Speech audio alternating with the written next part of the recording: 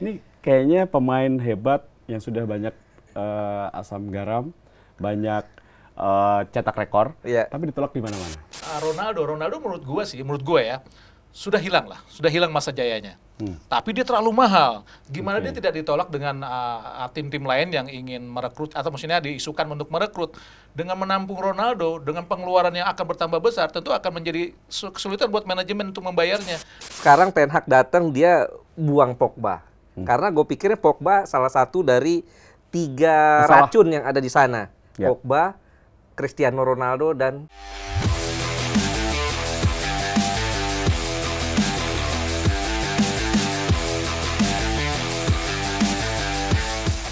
di atas kertas semuanya pasti sempurna, di atas kertas semuanya pasti sesuai dengan keinginan kita.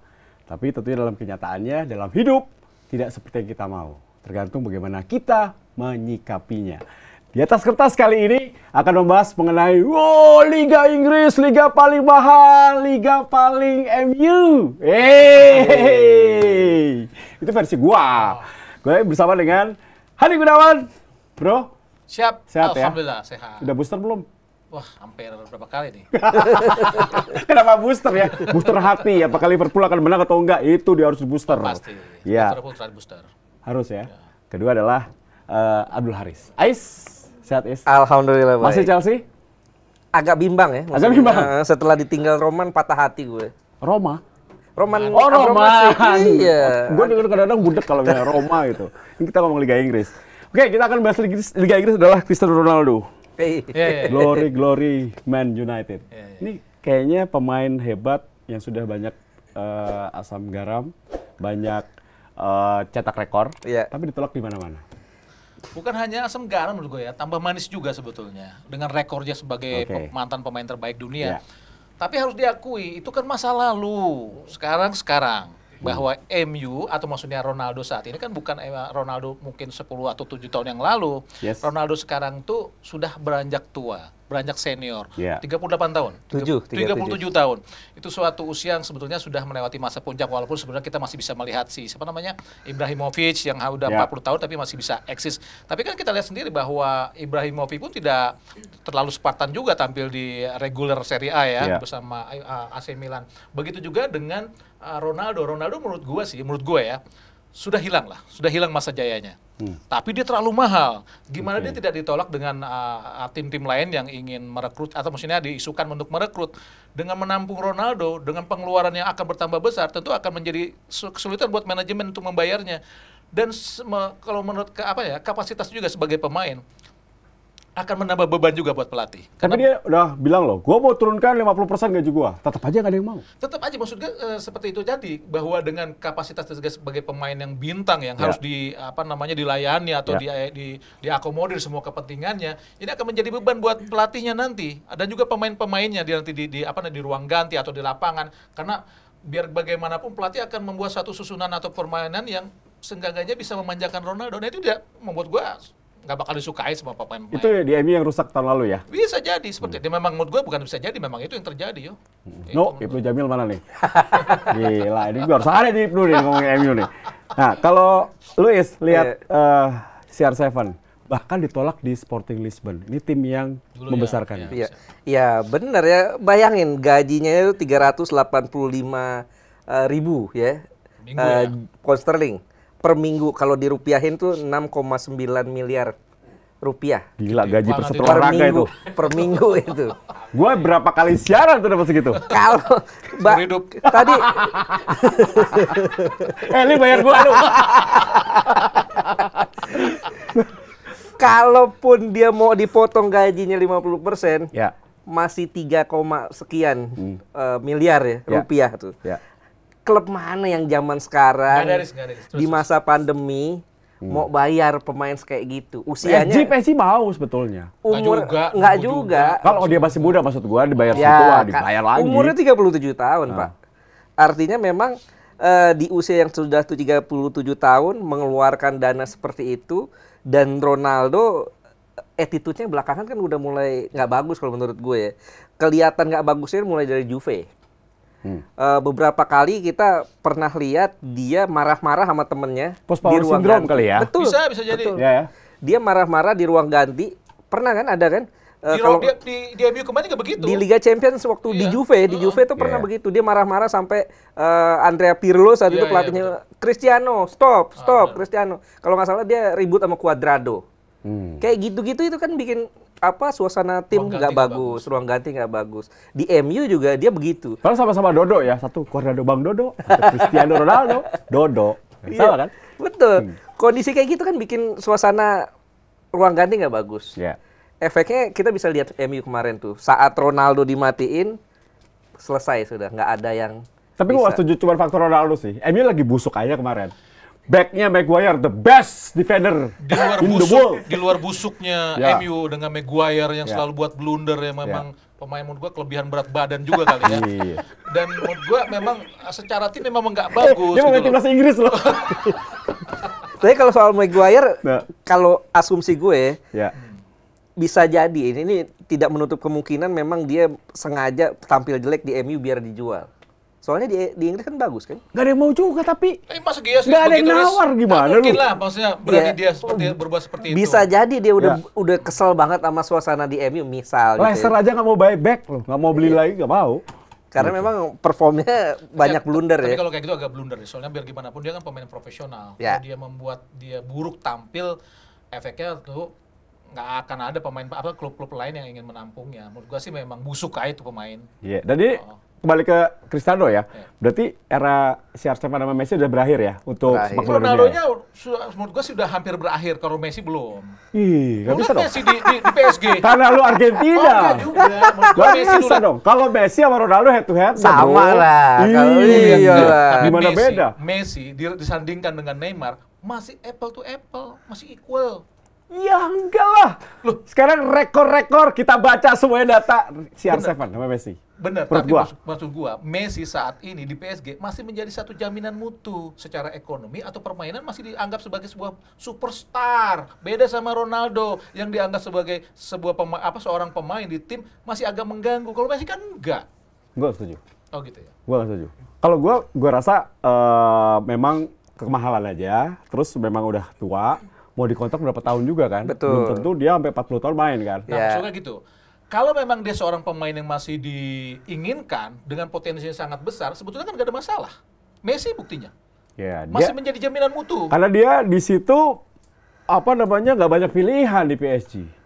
Jangan salah. Menurut gua PSG juga kan pemain-pemain bintang semua yang ada di situ yo. Ya, tapi gua nggak setuju kalau dia tidak apple to apple ya, karena Ronaldo hanya dengan Messi. Kalau gue bilang sih Messi juga udah habis masanya, tapi paling tidak memang atau Messi-nya nolak kali ya.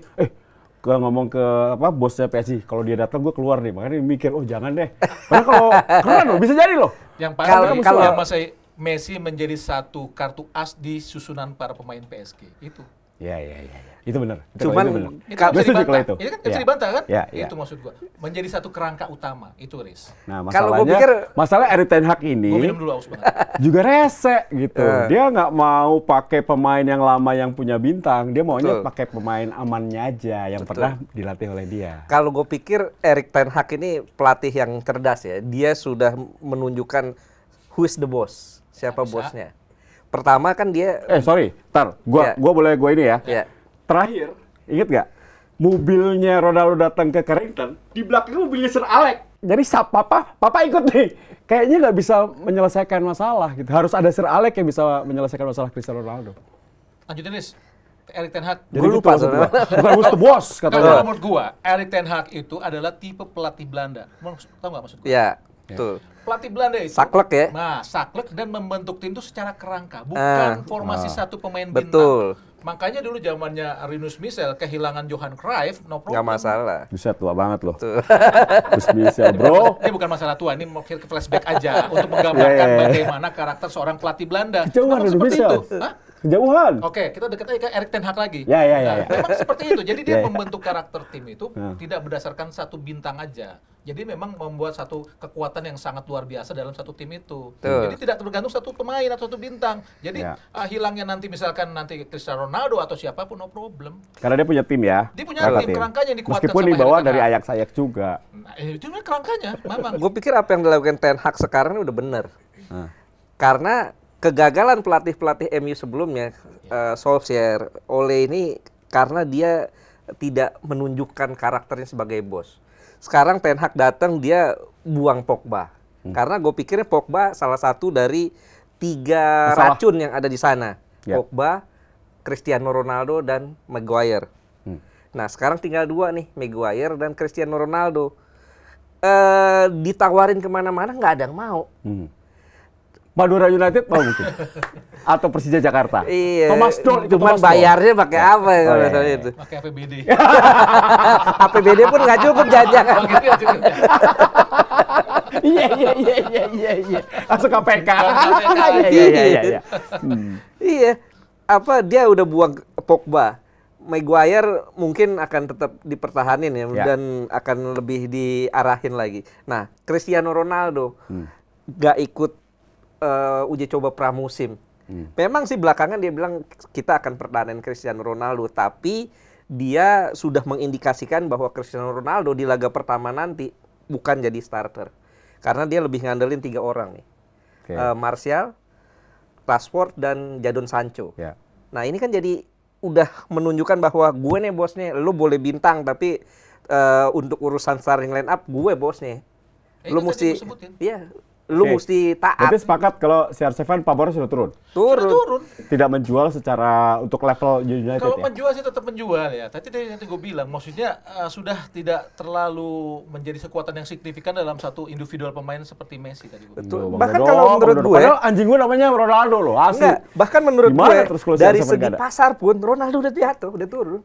Oke. Ini studi ya.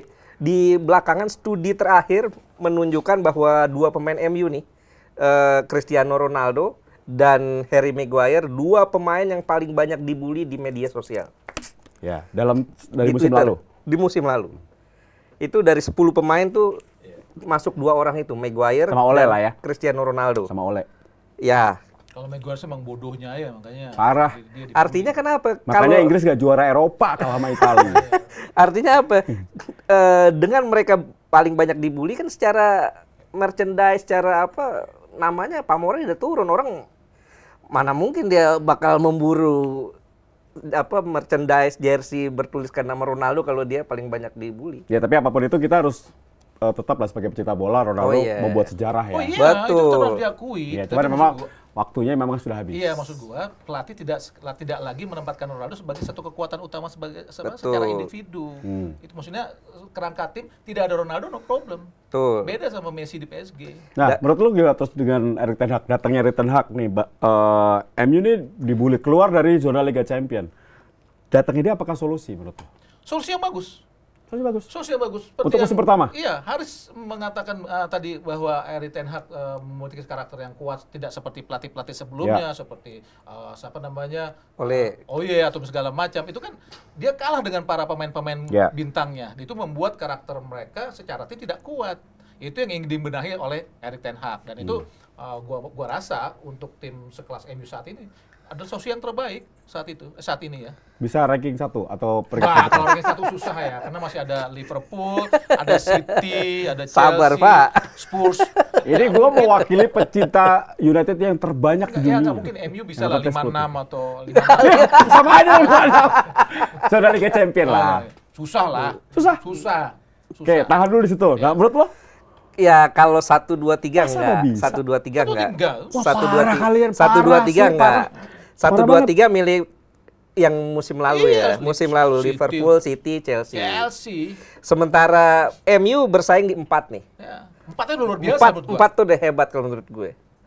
Karena membentuk tim yang busuk selama bertahun-tahun ini. Gue pikir gini loh, tantangan Pep Guardiola di City dengan tantangan Ten Hag di MU beda, lebih berat Ten Hag. Baru mulai soalnya. Pertama baru mulai. Kedua, City ini Pep datang ke situ, City udah mulai terbentuk. Udah terbentuk di zaman Mark Hughes, kemudian Pellegrini, Mancini, Pellegrini. Udah kebentuk. Juara sama Mancini ya? Betul. Nah, sementara di MU, ini ditinggal pelatih lama, 27 tahun. Nggak gampang untuk menangani itu lagi gitu. Ya, mungkin secara konsep memang dia harus Kayak Wenger lah ya. awal. Iya. Kayak Arsenal di Ya, Wenger. secara Betul. konsep dan filosofi memang Erik ten Hag membangun dari awal Dari lagi. awal lagi, dari nol. Dari sesuatu tim yang sangat busuk tadi Iya. akan disulap untuk menjadi tim yang lebih tangguh. Tapi menurut Iya, gue iya. menyambung Aris ya untuk City di Pep Guardiola. Biar gimana pun Pep itu menumbuhkan satu filosofi dan Iya. konsep yang baru juga karena dia juga membawa konsep permainan tiki taka walaupun agak berbeda ya tiki taka yang diterapkan di Barcelona dengan City karena di City karena dengan disesuaikan dengan Liga Inggris ya. Iya. Dia menambahkan dengan sesuatu yang lebih bertenaga dibanding Iya. di Barca yang lebih stylish cara bermainnya seperti Oke, itu. we'll see, kita akan melihat nanti. Ya menurut gue sih jadi MU yang sangat realistis ya 5-6 lah. Gue masih lebih baik tuh, masih bisa bersaing di 4. Nah, tapi kan kita belum lihat nanti masih ada bursa transfer nih ya. Pembeliannya nanti akan seperti apa. Nah, kalau Berakhir Agustus ya. ya, nah kalau lihat bursa transfer Arsenal. Ini Arsenal diam-diam mengejutkan nih. Nih Arsenal diam-diam mengejutkan. Arteta sepertinya nyaris dipecat, kali ini disayang sama fans. Menurut lu gimana, Arsenal? Ya 121 juta pounds ya. Iya. Terbanyak di Premier League. Karena dia udah nggak bangun stadion ya. Jadi Ya banyak. udah nggak bangun stadion. Tapi kalau menurut gue beberapa pemain yang dibeli ini dari 5 orang 121 itu overpriced, Ya. kemahalan. Terutama Gabriel Jesus ya. Gabriel Jesus 46 ya, 46 juta. 46 ya 45 juta pounds. Itu gue pikir kemahalan. Zinchenko juga kemahalan loh. Apalagi itu 31 ya. Iya, iya, 31 juta pounds itu kemahalan untuk seorang back sayap, back kiri atau bisa didorong sebagai winger, kemahalan. Yang paling masuk akal ya Fabio Vieira dari Porto ya. Ya, ini pemain bagus ya. Model gaya-gayanya kayak Bernardo Silva, kayak Eden Hazard ya, ini kelas lah. Ini pantas dibeli dengan harga 31 juta pounds. Marquinhos ya Lumayan itu lah kan pemain belakang. Ya lumayan lah. Dia pemain murah kan, nggak sampai 10 Ya, ya. kan. Masih muda, masih muda. Masih muda juga, artinya layak lah. Yang tapi Zinchenko dan juga Gabriel Jesus ini kemahalan. Ya, kalau lo lihatnya gimana? Arsenal memang harus membangun pemain-pemain dengan yang baru lagi ya. Karena dengan prestasi mereka yang tidak oke musim lalu, ya memang harus membawa satu pembaharuan dengan mendatangkan pemain-pemain baru. Gue rasa Gabriel Jesus adalah salah satu pilihan yang cukup baik ya, opsi yang sangat baik. Ganti Giro ya? Ya jadi Giro dan si Zenko ya seperti Aris bilang, biar bagaimanapun penambahan mereka di lini belakang khususnya back kiri ya memang harus dipenuhi oleh Pep Guardiola. Nah, Artetanya gimana menurut lo? Memang banyak kan di musim lalu tuh. Arteta ya, maksud dengan Arteta. Dan maksud gue Arteta juga harus bisa melihat satu peluang yang sangat besar lagi ya di Liga Inggris musim ini karena ya musim lalu dia nggak oke banget. Memang nggak oke menurut gue sih. Ya. Memang masuk ke 5 pemain baru memang harus dilaksanakan. Betul. Kalau Tapi enggak makin hancur itu. The Gunners ini memang Arteta. pemainnya muda semua ya. Kalau Betul. lihat starting line up-nya nih kira-kira Martinelli di kiri, kanannya Saka. Depannya si Jesus, kemudian ada Granit Xhaka, Zinchenko, ada Tierney juga. Saka bagus loh main precision loh. Bagus, Saka. Iya Iya. bagus. Dia cetak gol. Tapi emang tim nasional Inggris kan dia paling bagus nih, lagi stabil. Nah, cuman gue lihat belakangnya nih ya. Belakangnya tuh Gabriel kayaknya belum punya pasangan yang bagus. Iya, memang masalah utama Arsenal di musim lalu ini belakang ya. Ya. Mereka kebobolan 48 gol deh. Kalau kita rata-rata tuh dari 38 pertandingan. Mati ini. Dari 38 pertandingan, 48 kebobolan ini 1,2. Artinya setiap pertandingan 1,2 gol dia kebobolan. Pasti kebobolan. Pasti kebobolan. Ini kan catatan yang jelek menurut gue, dan gimana lu mau bersaing kalau lu setiap pertandingan rata-ratanya kebobolan 1,2 gitu loh. Tapi pantas sih buat Arsenal kebobolan segitu. Iya. Tapi dia Cuman mesti dibenahin Ramsdale, dong. kipernya ya, Ramsdale ya. Itu lumayan ya. Itu oke ya. Sebagus-bagusnya kiper kalau belakangnya bolong Percuma juga. percuma. Iya. Jadi Arsenal masih bisa bersaing di zona Liga Champions. Berat Berat kalau lah. bilang berat. Berat. Ya, Berat. berat lah kalau MU juga belum tentu Ini menang Arsenal. kalau gue ibaratin nih Arsenal nih bersaing tim U23 yang bersaing di level senior. Wih, Jujur ya, pembelian mereka 5 pemain ini juga nggak terlalu oke-oke banget sebetulnya. nggak ada yang ini ya, bintang ya. Enggak, betul. Dan nggak ada pemimpin loh. Benar. Nggak punya pemimpin. Gabriel Jesus sekarang di City nggak Odegaard terlalu loh, kaptennya. Kaptennya Odegaard, Gue lu bingung, gue bayangin. pikir Granit Xhaka kan atau siapa Bocah lah. kemarin sore jadi kapten gitu loh. Iya, pelatih juga muda soalnya. Iya. Iya kan. Ya makanya ini kalau Arsenal sih kasih waktu lah. 2-3 tahun lah untuk bisa Ya sama kayak MU, Ya, harus betul. membangun tim dari Bangun saat tim. ini. Maksudnya Arteta mendatangkan 5 pemain, begitu juga Erik ten Hag membangun timnya lagi. Mungkin Erik ten Hag dengan masuknya masih menunggu siapa? Frankie de Jong. Nggak mau. Ya kalau mau itu Dia, juga Frankie De Jong nggak mau. Nggak mau ya? Dia Barca banget pokoknya. Dia pokoknya, makin sulit tuh dia Erik ten Hag. begini bro, katanya gue rela dipotong 50% asal gue tetap di bertahan. Barcelona. Nah, makin sulit tuh. Susah, Iya. susah. Udah pasti Apalagi dia Arsenal. Pemain-pemainnya cuma begitu-gitu aja. Gue Iya. pikir Arteta nih mesti belajar dari Pioli di Milan. Pemainnya pemain kayak gitu-gitu doang. Tapi dia beli pemimpin. Dia beli pertama dia masuk tuh diambil Zlatan. Ya. Zlatan udah mulai banyak cedera, dia masukin lagi Oliver Giroud. Artinya tim itu walaupun sekelilingnya pemain muda tapi ada seorang senior. pemimpin, ada seniornya. Itu yang dan Ya, hasilnya Granit lu Xhaka bayangin. harusnya ya. Harusnya Granit Xhaka. Granit Xhaka iya, cuman menurut gue perlu pemain lain, terutama di depan ya. Karakternya nggak ada yang kuat Arsenal. Nggak ada yang Jujur, kuat. nggak ada Ya. yang kuat. Mungkin masuknya Gabriel Jesus untuk menambah hal itu. Tapi kan Gabriel Jesus juga di situ juga bukan seseorang pemain yang benar-benar luar biasa Ya. banget gitu loh. Terakhir gue lihat Vieira ya, yang punya karakter pemimpin di Arsenal ya. Sejauh itu kah? Gila lama banget loh. Iya. Vieira zaman unbeaten season 2004 deh. Benar Iya, kan? Itu 2004. gila sih, lama banget ya. Maksudnya udah lama banget ya. Emang ya namanya juga Arsenal kan tim mediocre ya. Maksudnya di bawah Harusnya gitu. di Maaf ya. atas Arsenal Harusnya sama di kayak atas. MU. Harus di atas. Dulu kan lu nggak mau ngomong dulu, Iya, dulu. makanya harusnya. Sekarang gua tetap Harusnya. City lah sama Liverpool. Aduh. Oke, kalau tadi lu bilang berdua masuk 4 besar juga enggak. Nah, sekarang yang 4 besar tuh siapa? Iya, gue pikir masih 3 itu masih yang lama, masih yang musim lalu. City, Liverpool, Chelsea. Spurs, Pak. Nah, empatnya, nah itu dia Yakin? empatnya. Yakin. Bro. Empatnya itu perebutan antara Spurs sama MU udah. Ya Kalau ampun. Arsenal sih susah. Arsenal paling top 5. 5 atau 6. Oke. Kalau lebih mengerucut lagi, kenapa lu bilang City karena datangnya Haaland, Enggak juga. Oh enggak. Nunes, Malah ya, gue Liverpool. bilang, gue pikir datangnya Haaland ini bisa jadi blunder buat Pep. Karena kalau kita runut ke belakang, Pep itu karakter pelatih yang jarang cocok Pakai striker. memainkan striker tunggal, striker murni. Setuju. Di Barcelona, Ya. dia buang Eto'o. Ya. Kemudian datang Zlatan cuma 1 musim ketendang. Ya. Di Munchen, Lewandowski sempat jadi cadangan, Ya. ya kan? Dia nggak suka pakai striker Nggak suka. murni. Kemudian di City juga begitu. Tapi di tengahnya luar biasa. Betul. Cetak gol Tapi semua. yang jadi pertanyaan kenapa lu beli Haaland sekarang? Nah, itu mah kalau ini gue agak sedikit berbeda ya sama Aris. Kenapa dia beli Haaland? Ya menurut gue karena Pep melihat ada satu keuntungan tersendiri dengan masuknya Haaland. Haaland kemahalan.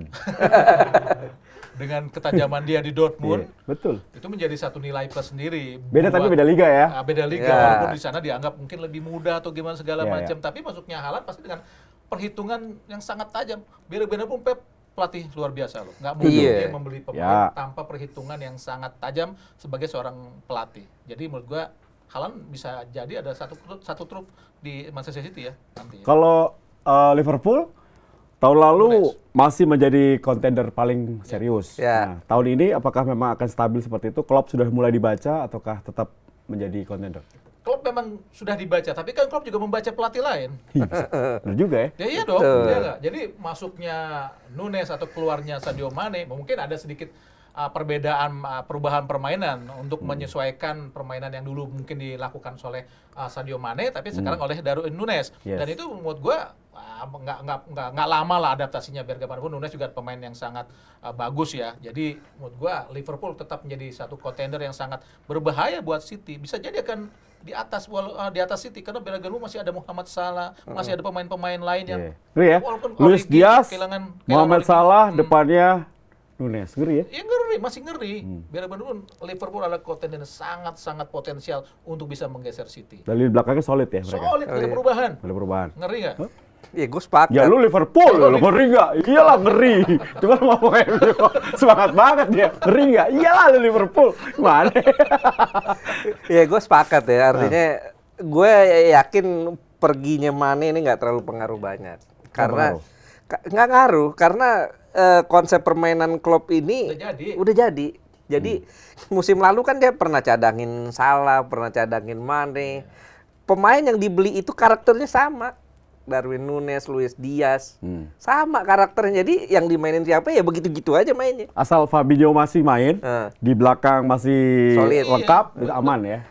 Kuncinya Van Dijk. Kalau ada Van Van Dijk, aman. Van Dijk matiin Haaland loh di kemarin. Van Dijk. Kalau Coba Van Dijk pindah ke MU ya. Nah, Gantian apa Maguire. Gue rasa kalau Van Dijk pindah ke MU, Van Dijk akan gagal. Dia ketawa-ketawa di Liverpool, Liverpool semua ini. Gawat. Iya. Terus kalau lihat dari pemain yang baru dibeli dari Liverpool atau pemain yang dilepas, apakah ini mengurangi jauh? enggak sih gue pikir. Sama ya? Sama. Jadi Liverpool tetap lawan Iya karena saat Sadio Mane pergi, Núñez masuk. Sama. Artinya satu pergi dengan karakter itu masuk dengan karakter pengganti yang sama. Gitu. Mungkin lebih baik. Lebih baik? Iya. Nah, kalau Chelsea gimana nih? Ditinggal, gue nih lihat kasihan banget ya Abramovich ya. Ini korban yang bukan karena sepak bola Politis, gitu. ya. Politis. Gila loh. Dia udah ngasih semuanya dan gue yakin pendukung Chelsea ini senang banget kalau presiden kayak dia. Oh iya bukan main. Iya kan? Mungkin Chelsea agak sedikit kehilangan ya dengan Roman yang keluar, tapi biar gimana pun Chelsea adalah ya maksudnya memiliki posisi yang sangat baik ya musim lalu dan itu tidak terbantahkan. Mereka bisa bersaing dengan City, dengan Liverpool walaupun ditinggal di tengah-tengah kompetisi loh. Iya, betul. Itu sangat luar biasa mental. Mentalnya sangat memang sudah terjalin atau terbentuk lama ya. Jadi sempat krisis keuangan lagi. Krisis keuangan juga. Jadi bukan masalah buat Chelsea menurut gua sih. Tapi kehilangan Rudiger di belakang ngaruh? Ya, sedikit ngaruh. Itu ngaruh juga sih, itu ngaruh juga. Ya itu biarpun bagaimana Rudiger tetap pemain senior ya. Pemain senior. Pemain juara lah gitu. Setuju gua. Nah, menurut lu Chelsea apa yang bisa diandalkan? Dia tidak banyak beli pemain ya? Iya, enggak banyak. Karena memang dengan kondisi peralihan ini berat kan buat dia. Nah, ini nih tantangan ya buat Thomas Tuchel ya. Dengan pemain-pemain yang ada sekarang ini gimana cara ngeramu tim. Tapi aku pikir ini Tuchel pelatih hebat sih. Dia bisa bikin tim ini stabil ya. Dengan segala kondisi ya, buktinya musim lalu aja lah. Itu yang menjadi barometer kita. Musim lalu. Ini kan ada 4 tim yang ke Liga Champion. Apakah semua masih bisa bersaing nih? Di luar City dan Liverpool lah ya, kita anggap oke. Nah, 2 tim lagi di Liga Champion Eropa bagaimana? Apakah drop atau enggak dari Inggris? Kalau menurut gua tetap oke ya. Di luar City atau Liverpool. Iya. Karena kan kita biasanya dalam beberapa musim terakhir perempat final tuh 4 tim Inggris, bahkan semifinal 4-4-nya Inggris. Menurut gue tetap ya, karena bagaimanapun kompetisi Liga Inggris itu adalah barometer di Eropa. Dan klub-klub mereka juga udah tertanam sangat baik ya manajemen dan juga kondisi tim mereka. Jadi menurut gue tim-tim Inggris di Liga Champions tetap menjadi satu barometer yang sangat kuat di Eropa nanti. Kalau menurut gue sih seperti itu. Ya semoga Cristiano Ronaldo bangkit ya sama MU ya. Gue nunggu banget nih. Kasian banget dia dibully nggak latihan gitu, terus kalau MU-nya hancur kasian banget tuh. Tapi gue pikir salahnya Ronaldo. Dia di saat-saat seperti ini harusnya dia menunjukkan attitude yang bagus. Iya, kan gue bilang power syndrome. Istilahnya lu umur lu udah 37 gitu loh. Iya. Nah ini maksud gue benar kata Haris, power syndrome atau umur itu power syndrome harus menjaga attitude-nya karena udah lahir nih generasi-generasi penggemar sepak bola yang baru. Dan dia tidak melihat Ronaldo sebagai idola.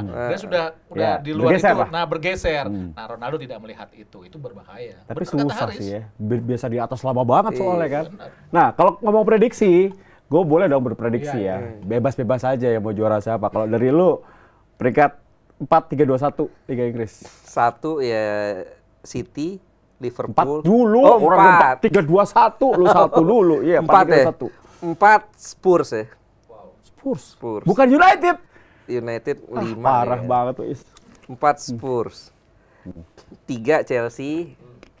Kemudian Liverpool dan City. Oh, berarti City, Liverpool, Chelsea, Spurs. London ya. Arsenal nggak masuk, United nggak masuk. Ya Arsenal ya iya karena dia Chelsea. Nah, menurut lo?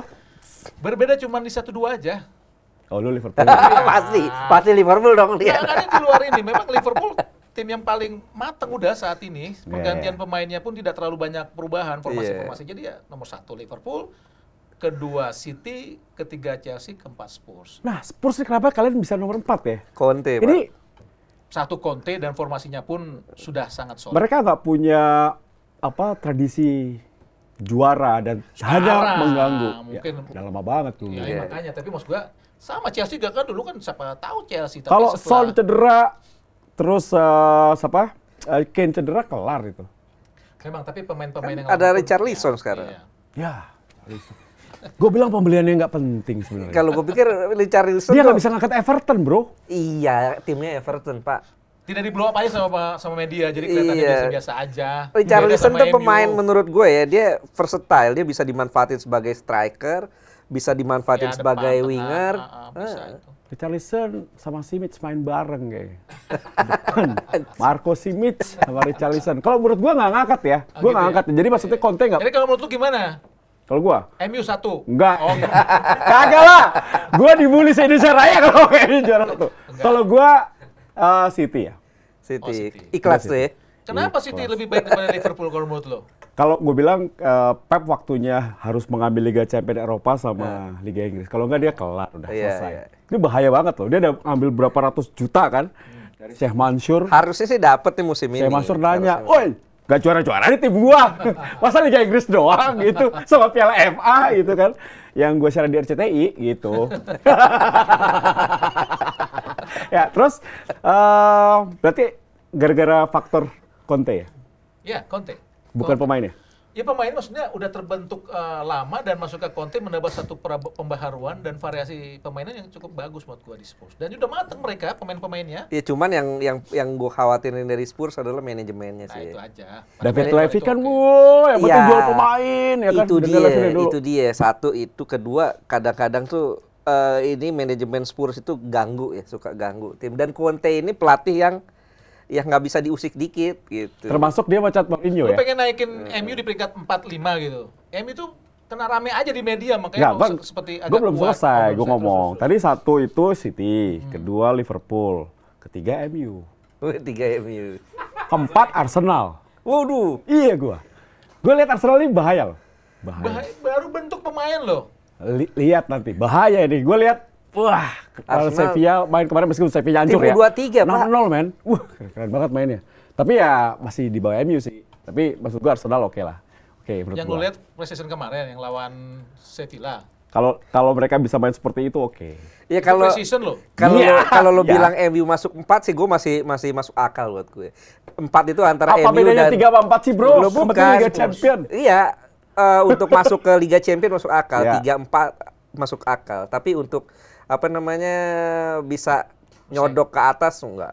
Kalau gue lihat nyodok 2 kalau kenapa gue bilang begitu, gue bilang Chelsea ini masalahnya di lini belakang. Kehilangan banget, terus dia di lini tengahnya tuh udah habis nih menurut gue. Si N'Golo Kante sama si Jorginho. Ini udah banyak dibaca lah. Rudiger udah nggak ada kan. Tapi lu tetap terlalu berani menempatkan MU peringkat ketiga tuh terlalu berani.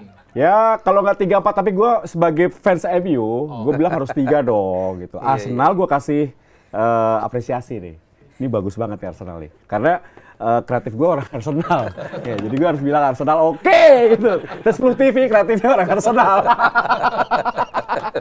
Oke, beberapa dekade lalu ada persaingan sengit antara MU dan Arsenal. Dan sekarang beberapa tahun terakhir ini sepak bola Inggris didominasi persaingan Liverpool dan Manchester City.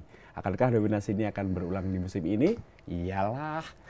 Atau ada juara baru di luar mereka? Enggak lah, pasti mereka. Udah pasti itu. Jadi yang nonton Liga Inggris udah pasti. Kalau nggak pendukung City, pendukung Liverpool. Yang lain melengkapi.